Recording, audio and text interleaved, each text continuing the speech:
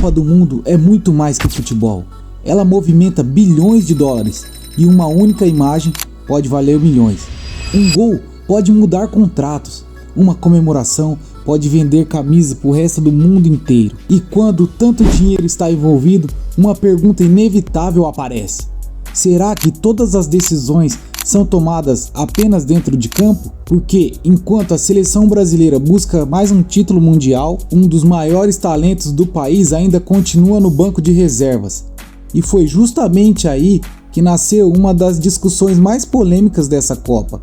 Afinal, por que Endrick ainda não é titular da seleção brasileira? Poucos jogadores brasileiros chegaram ao futebol mundial cercados por tanta expectativa quanto Endrick.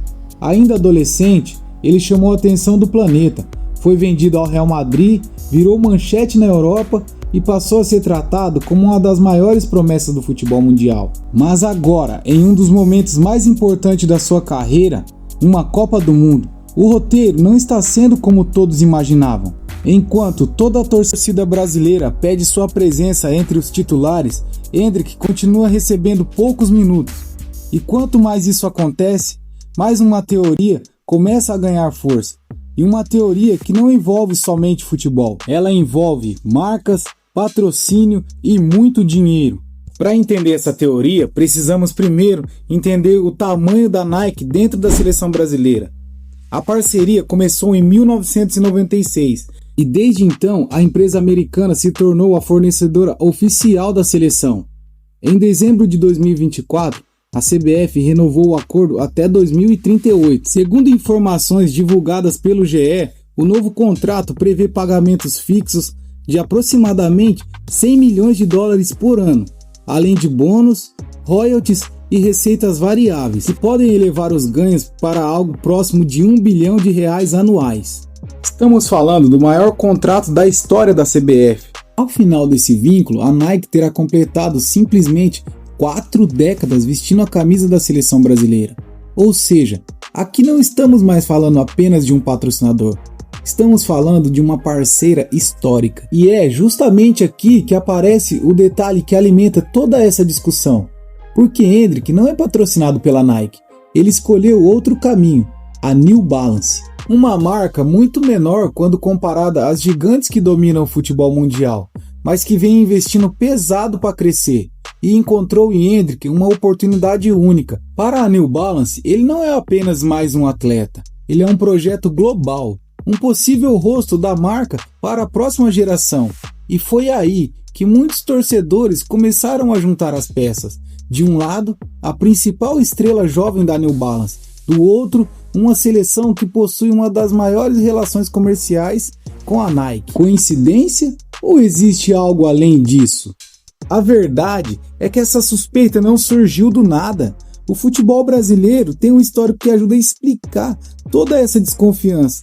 Durante décadas, surgiram debates sobre a influência de patrocinadores no esporte. A brasileira era Nike?